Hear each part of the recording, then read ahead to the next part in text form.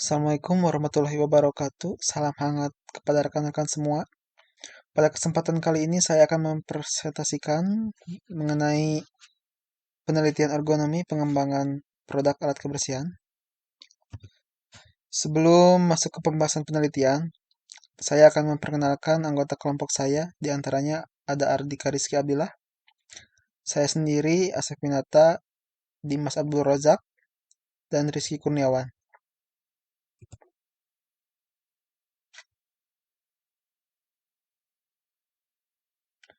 Baik, untuk poin pertama yakni latar belakang. Mengingat kebutuhan akan peralatan kebersihan selalu diperlukan bagi seluruh orang, maka dari itu banyak perusahaan-perusahaan bersaing dalam pembuatan alat kebersihan yang lebih canggih untuk memenuhi kebutuhan pasar. Namun di samping-samping alat pembantu rumah tangga tersebut semakin canggih, maka harga jualnya pun akan semakin tinggi. Untuk segelintir orang yang dapat memiliki alat-alat kebersihan yang multifungsional dan memiliki kualitas yang canggih, dikarenakan harga jualnya yang tinggi. Selain itu, rata-rata alat kebersihan yang canggih hanya dimiliki oleh perusahaan-perusahaan besar karena fungsinya yang dapat mempercepat pekerjaan. Maka dari itu, masih banyak kegiatan rumah tangga yang memakai alat-alat kebersihan sederhana dikarenakan harganya yang terjangkau. Dari poin tersebutlah kami bermaksud melakukan penelitian dalam rangka inovasi produk alat kebersihan rumah tangga yang sederhana, multifungsi, serta memiliki harga yang sangat terjangkau. Ketika berbicara mengenai alat kebersihan rumah tangga, yang terlintas ialah sapu, pengki, alat pel pembersih kaca, dan lain sebagainya. Alat kebersihan tersebut yang rata-rata digunakan dalam kegiatan rumah tangga, namun sebenarnya alat-alat tersebut dapat dibuat dengan fungsi yang lebih kompleks untuk mempermudah dan mempercepat kegiatan dengan harga yang lebih murah dan dapat dimiliki dalam kegiatan rumah tangga. Namun, untuk mewujudkan alat yang multifungsional tersebut dan memiliki harga terjangkau, perlu adanya penelitian untuk itu. Dari hasil penelitian ini, maka akan didapat alat kebersihan yang banyak diminati masyarakat sehingga dapat menjadi tolak ukur dalam proses pengembangannya. Dari minat masyarakatlah, maka inovasi akan terbentuk untuk memenuhi kebutuhan pasar. Saya akan menjelaskan bab 2 tentang landasan teori. Pengembangan dan perancangan produk. Produk merupakan titik pusat dari kegiatan pemasaran, karena produk merupakan hasil dari suatu perusahaan yang dapat ditawarkan ke perusahaan untuk dikonsumsi dan merupakan alat dari suatu perusahaan untuk mencapai tujuan dari perusahaannya. Suatu produk harus memiliki keunggulan dari produk-produk yang lain, baik dari segi kualitas, desain, bentuk, ukuran, kemasan, pelayanan, garansi, dan rasa agar dapat menarik minat konsumen untuk mencoba dan membeli produk tersebut. Kebanyakan dari kita tentu sudah mengetahui bahwa ada banyak sekali jenis produk di sekitar kita. Namun, setiap produk tersebut ternyata memiliki tingkatannya masing-masing, sehingga kuantitasnya pun berbeda-beda. Fandi Ciptono dalam bukunya menjelaskan terdapat 5 tingkatan produk. Yang pertama adalah produk utama. Produk utama adalah produk yang mempunyai manfaat dan bisa dikonsumsi atau digunakan oleh konsumen. Yang kedua adalah produk generik. Adalah produk yang memiliki fungsi produk paling fundamental sehingga akan sangat bermanfaat bagi para konsumen. Yang ketiga adalah produk harapan. Produk harapan ini adalah suatu produk formal yang ditawarkan dengan berbagai macam perlengkapan yang mana kondisi barang tersebut bisa diharapkan dan disepakati untuk bisa dibeli. Yang keempat adalah produk pelengkap. Produk pelengkap adalah suatu produk yang memiliki banyak manfaat dan layanan yang mampu meningkatkan rasa puas dan juga bisa dibedakan dengan produk lainnya. Yang kelima adalah produk potensial. Adalah suatu jenis tambahan atau perubahan yang mungkin saja bisa dikembangkan pada suatu produk di masa depan. Kemudian perihal tentang perancangan.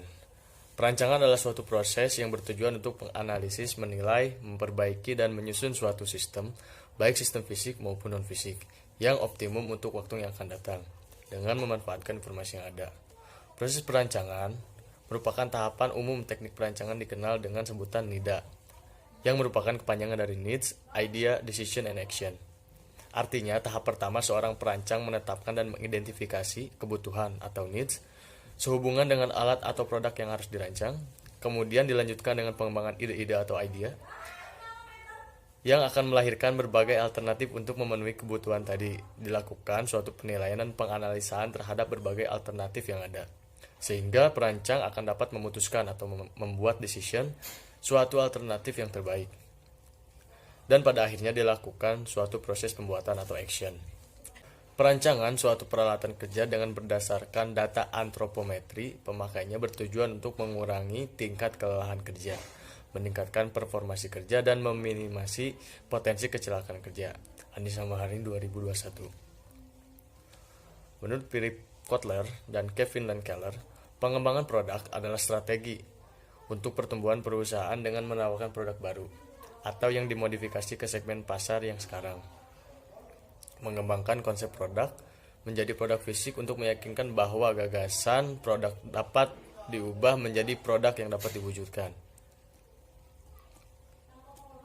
Berikut merupakan desain atau pengimplementasian ide-ide kami dari kelompok 6 tentang pengembangan alat kebersihan, khususnya di alat kebersihan lapel. Tujuan penelitian mengenai perkembangan alat kebersihan yang ergonomis bertujuan untuk mendapatkan informasi yang lengkap, valid, dan up-to-date mengenai kebutuhan nyata secara umum mengenai peralatan kebersihan.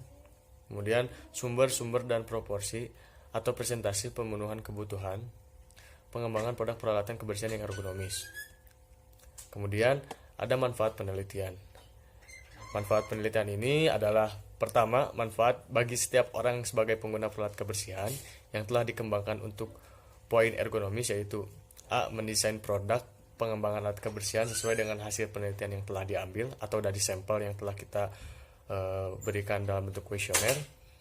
Dan B. Memberikan informasi mengenai keunggulan dari pengembangan produk yang kita buat.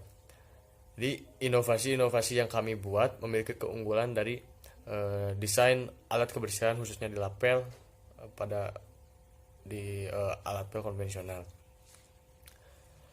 Yang kedua, manfaat bagi para produsen alat kebersihan.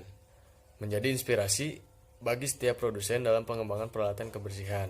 Semoga penelitian ini menjadikan inspirasi untuk berinovasi dan menghasilkan produk-produk yang lebih inovatif lagi. Dan B, penelitian ini diharapkan dapat menjadi acuan bagi peneliti lainnya. Baik, perkenalkan, nama saya Dimas. Selanjutnya saya akan menjelaskan mengenai metodologi penelitian yang kami gunakan di penelitian kami.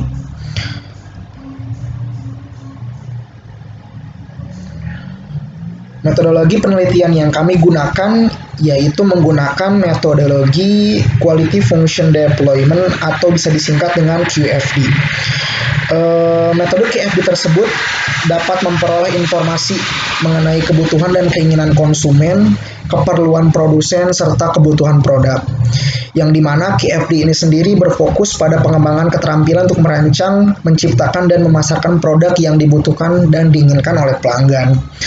QFD ini sendiri bisa disebut dengan suara konsumen, yang berarti metode perencanaan yang digunakan untuk memperbaiki proses produksi melalui pengumpulan informasi mengenai kebutuhan dan keinginan konsumen. QFD dapat menentukan apa yang diinginkan dan diminati masyarakat. Maka dari itu, dalam pembuatan inovasi kami, QFD mempunyai peran penting dalam mewujudkan inovasi dan terobosan baru yang dibutuhkan masyarakat. Metode QFD ini juga dapat menunjang daya saing pasar sehingga penjualan alat kebersihan dengan sistem yang berfokus pada pengembangan produk mampu mewujudkan banyak keinginan masyarakat dengan inovasi baru. Contohnya pengembangan alat kebersihan. Nah, jadi QFD ini sendiri emang sangat penting digunakan di penelitian kami, karena dari QFD ini sendiri kita dapat memperoleh data-data yang spesifik dari suara-suara konsumen atau suara-suara masyarakat. Bagaimana caranya? Yang digunakan di kelompok kami yaitu dengan menyebarkan kuesioner, karena pada pandemik ini kita tidak mungkin langsung terjun ke lapangan meminta data dari masyarakat. Maka dari itu salah satu hal yang paling mudah yaitu dengan menyebarkan kuesioner. Nah, dari hasil data kuesioner tersebut maka kita mengetahui apa yang dibutuhkan oleh masyarakat, alat kebersihan apa yang dibutuhkan oleh masyarakat untuk dikembangkan, ternyata berfokus pada alat pel. Nah, alat pel itu sendiri apa tuh yang dibutuhkan oleh masyarakat yang emang sekiranya butuh dikembangkan.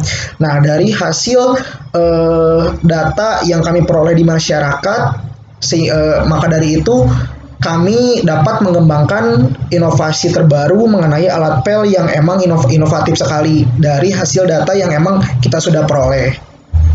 Maka dari itu KFD ini sangat penting peranannya di kelompok kami. Ya, selanjutnya kita sudah melaju pada sesi terakhir, yaitu sesi kesimpulan dan saran di presentasi kami.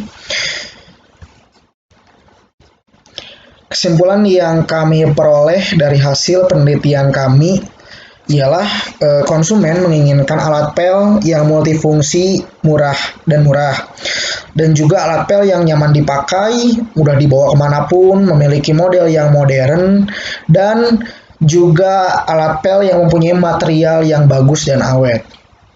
Dari data-data yang kami peroleh pada penelitian kami, maka diperoleh data importance rating untuk masing-masing item sebagai berikut.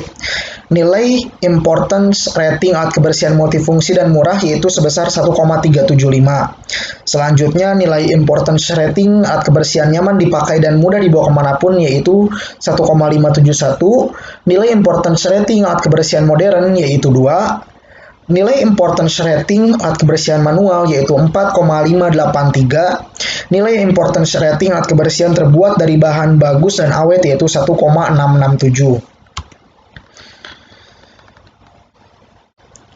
Selanjutnya, pada tahapan metode KFD ini sendiri, kami telah membuat host of quality dengan langkah-langkah sebagai berikut. Yaitu yang pertama menentukan customer needs, yaitu what's-nya itu. Yang keduanya menentukan tingkat kepentingan pelanggan. Yang ketiganya menentukan tingkat kepuasan pelanggan. Yang keempat, menentukan item yang dilakukan untuk memenuhi kebutuhan pelanggan atau yang nantinya bakal disimpan di how. Yang kelima, menentukan hubungan antara what's dan how. Lalu selanjutnya menetapkan goal, menghitung improvement ratio, selanjutnya menentukan sales point, menghitung raw weight, menghitung normalize, menghitung absolute importance, menentukan ranking, dan yang terakhir menentukan target. Selain itu, produk kelebihan produk yang kami kembangkan yaitu memberikan fitur tuas untuk mengatur tinggi dari handle pel tersebut. Yang kedua, kain pel yang terbuat dari bahan flanel sehingga kain pel tidak mudah terpas. Selanjutnya memberikan fitur tuas yang berfungsi untuk mengeringkan atau memeras kain pel secara otomatis. Dan yang terakhir, material pada handling yang terbuat dari logam yang insya Allah mungkin bisa membuat pemakainya lebih nyaman dengan harga yang terjangkau juga. Adapun saran dari penelitian yang sudah kami lakukan yaitu meningkatkan kembali kualitas dari alat pel yang sudah dibuat. Jadi dari sebelumnya kita inovasikan menjadi yang terbaru dan terbaharui, terutama lebih ergonomis sih. Yang kedua, menambahkan fitur-fitur tambahan untuk menambah daya tarik konsumen. Ya, sekian presentasi dari kelompok kami.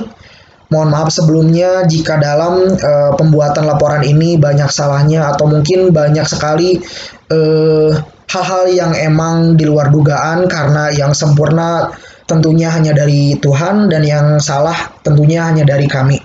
Cukup sekian dari kelompok kami. Wassalamualaikum warahmatullahi wabarakatuh. Dan lanjut penjelasan selanjutnya yaitu ke hasil dan pembahasan. Yang pertama ada self questionnaire. Kuesioner ini kita bagikan ke 44 responden. Dalamnya terdapat 5 pertanyaan.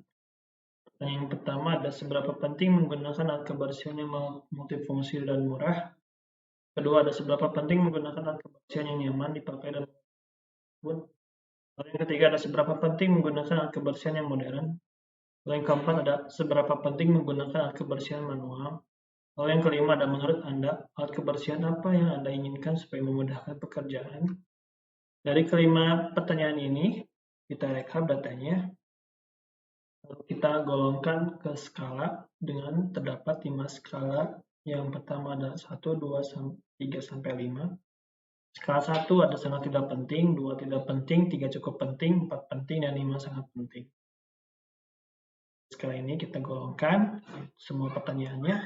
Untuk pertanyaan nomor 1, itu terdapat 32 responden menjawab di skala 5, artinya 32 responden ini adalah modus atau data terbanyak yang menjawab di sangat penting di skala nomor 5. Yang kedua di skala ke-5 juga dengan total 28 responden. Yang ketiga di skala 5 juga dengan 22 responden. Yang keempat terdapat dengan data terbanyak di skala nomor 3, 16 responden. Lalu yang kelima itu hasil modus kuesioner.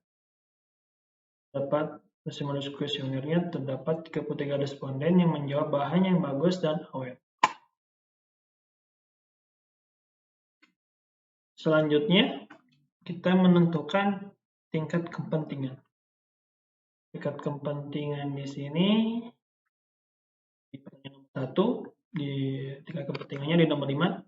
Tingkat kepentingan ini merujuk ke skala ke jumlah data terbanyak yang terdapat di berapa.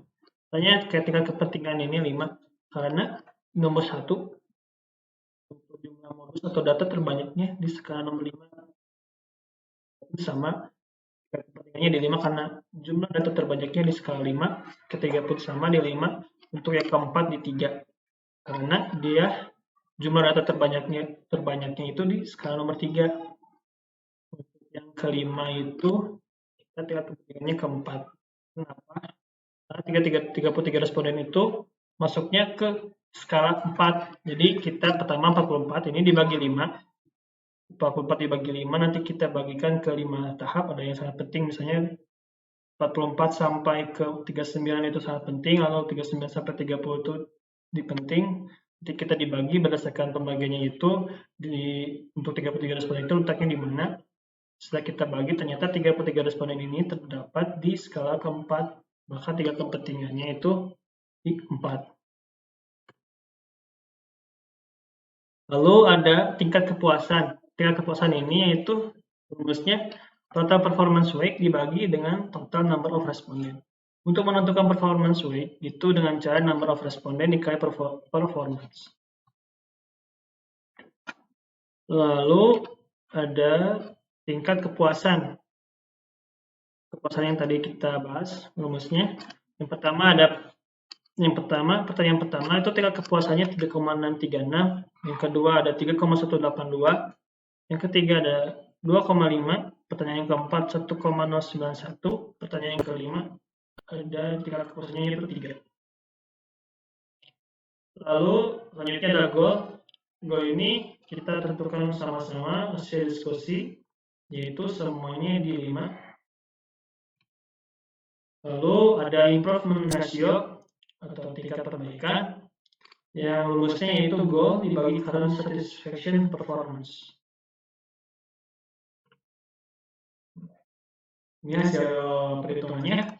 Untuk pertanyaan yang pertama ada di 1,375, pertanyaan yang kedua ada 1,571, pertanyaan yang ketiga di 2, pertanyaan yang keempat di 4,583, pertanyaan yang kelima ada di 1,667. Lalu tahapan selanjutnya membuat sales point. Sales point ini terdapat 3 golongan, yaitu 1, 1,2, dan 1,5. Untuk nilai sales point 1 yaitu artinya sales point-nya tidak ada.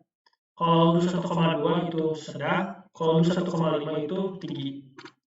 1,5 sales point ini kita menentukannya yaitu berdasarkan dari tingkat kepentingannya. Misalnya kayak yang kepentingannya nomor di 5, maka sales point-nya 1,5. Untuk tingkat kepentingannya yang pertanyaan kedua itu sama, ketiga pun sama. Nah, untuk tingkat kepentingannya 3, maksudnya ke sales point 1,2. Jadi kita membuat garis kayak semisal seperti Untuk 1 sampai 2 itu dia tingkat kepentingannya itu 1. Untuk 3 dan 4 itu di 1,2, lalu yang kelima itu 1,5. Kita membuat range tersebut, dibuat range, ternyata berdasarkan tingkat kepentingannya, setelah ditentukan semua pertanyaannya, maka muncul hasil seperti ini. Lalu selanjutnya ada row wake. Row wake itu menentukan seberapa besar perbaikan produk yang harus dilakukan dengan menggunakan formulasi berikut. Importance to customer dikali improvement ratio dikali sales point, sama dengan row wake. Ini hasilnya, hasil perhitungannya. Untuk pertanyaan nomor 1 di 10,3125, pertanyaan kedua di 11,7825, pertanyaan ketiga di 15, pertanyaan keempat di 16,4988, pertanyaan kelima di 10,002. Normalis row wake. Menormalisasikan row wake menjadi sebuah tingkat kepentingan dengan skala 0 sampai 1 atau dibuat dalam bentuk persentase dengan menggunakan rumus row wake dibagi row wake total. Ini hasil perhitungannya. Pertanyaan nomor 1, row wake-nya 10,3125 dengan row wake totalnya 63,5958, lalu dibagi 10,3125 dibagi 635,5958, hasilnya 0,122, lalu dibuat skala persen jadi 16%. Pertanyaan kedua pun sama, dibagi dengan 3,5958, hasilnya 0,185, lalu dipersenkan, dan seterusnya. Lalu kita menentukan technical description, yaitu dari hasil penilaian konsumen maka dapat dikembangkan dari hasil customer needs menjadi beberapa hasil, yaitu ini untuk kebutuhan konsumen yang kita ambil dari pertanyaan kuesioner kita. Dari technical descriptor, ini tabelnya yang kita tentukan sendiri, yang kita bahas bersama kelompok. Kalau kita cocokkan atau kita hubungkan dengan kebutuhan konsumen, mana yang cocok, mana yang tidak. Dan ini contohnya, misalnya nomor 1, pentingnya menggunakan kebersihan yang multifungsi dan murah. Technical descriptornya itu memberikan fitur kebersihan yang lebih dari satu fungsi dan terjangkau harganya. Lalu ada memberikan kebersihan yang efektif. Pertanyaan kedua itu pentingnya menggunakan kebersihan yang nyaman dipakai dan mudah dibawa kemanapun, memakai material berkualitas, aman digunakan dan bersifat movable. Lalu seterusnya, ini pertanyaan kita dihubungkan nanti ketika deskriptor yang sebelahnya. Lanjut ke relationship. Dari kebutuhan customer tadi, kita hubungkan dengan technical descriptor. Seperti pertanyaan pertama, untuk memberikan fitur kebersihan itu maksudnya hubungan sangat kuat. Untuk memberikan kebersihan yang efektif itu maksudnya hubungan sedang. Untuk hubungan lemah tidak ada. Yang kedua, memakai material itu maksudnya hubungan sangat kuat. Memberikan alat yang mudah digunakan maksudnya hubungan sedang. Pertanyaan ketiga pun sama, pentingnya menggunakan alat kebersihan yang modern. Memberikan fitur alat kebersihan yang memudahkan pekerjaan dalam lingkungan maksudnya hubungan sangat kuat. Memberikan fitur alat kebersihan pun sama, maksudnya hubungan sedang. Memberikan fitur yang memudahkan pekerjaan tidak membingungkan, hubungan sangat kuat. Memiliki bentuk alat yang bisa digunakan, hubungan sedang. Pertanyaan kelima yaitu memakai bahan yang memiliki kualitas tinggi, maksudnya hubungan sangat kuat. Memiliki desain alat yang mudah digunakan, maksudnya ke hubungan sedang. Lalu selanjutnya ada tabel hook. Tabel hook ini adalah gabungan dari tabel-tabel sebelumnya, lalu kita hubungkan, lalu kita buatkan tabel hook. Lalu kita menentukan hubungan antara what dengan how dari nilai tingkat hubungannya. Ada 4 tingkat hubungan dengan 4 simbol. Simbol yang pertama tidak ada, dengan yang numerik tidak ada, pengertiannya itu tidak ada hubungan. Terus simbol segitiga dengan numeriknya 1, pengertiannya mungkin ada hubungan. Untuk yang lingkaran, nilai memiliki 3, pengertiannya itu hubungannya sedang. Untuk simbol lingkaran di dalam lingkaran lagi, yang memiliki 9, pengertiannya itu sangat kuat hubungannya. Lalu kita hubungkan antara customer network dengan technical descriptor atau home. Hubungkan, kita diskusikan, maka hasilnya seperti ini. Setelah ditentukan tingkat hubungannya, kita hitung jumlahnya, lalu untuk menghitung absolute important, menghitung jumlahnya, lalu dikalikan dengan normalis. Hasilnya seperti ini. Untuk technical descriptor 1 di 3,285, di technical descriptor kedua di 4,691, di yang ketiga di 2,261, di yang keempat 3,655, di yang kelima 3,569. Lalu selanjutnya kita ranking.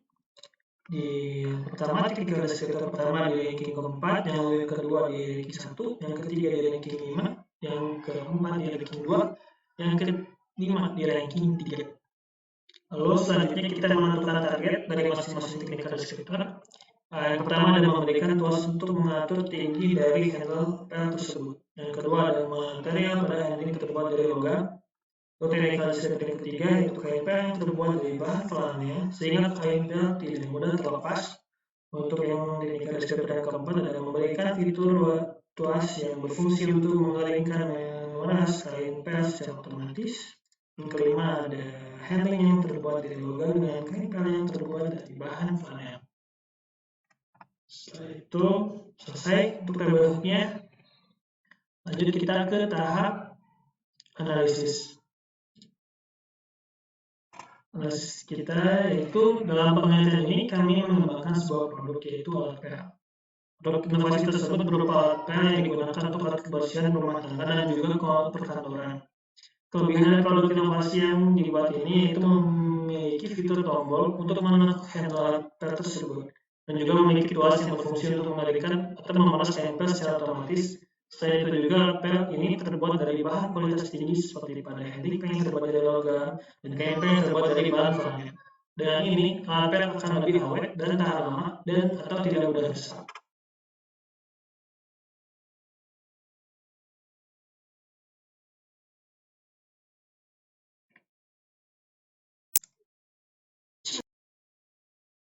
Lalu selanjutnya ada absolute importance.